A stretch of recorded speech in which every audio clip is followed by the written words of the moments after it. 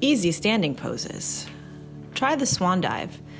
You fold forward, you let your head be heavy, and then you reverse that. Arms out to the side, lift up with a flat back, palms touch above your head.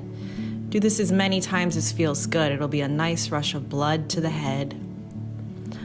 Our next pose is half dog. You can put your hands on a table, walk your feet back and find an L shape. It's a great stretch for the backs of the legs, the space between the shoulders. The trick is just to surrender. Peaceful warrior can be great. You go from a warrior two,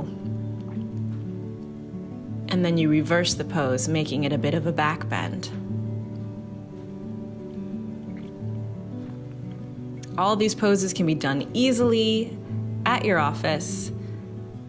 If you're alone, you could try a wide-legged standing forward fold. Not quite as easily done in work pants, but trust me, it's definitely a good stretch. You can shake your head yes and no. You can add a twist to it, reaching one arm up in the air.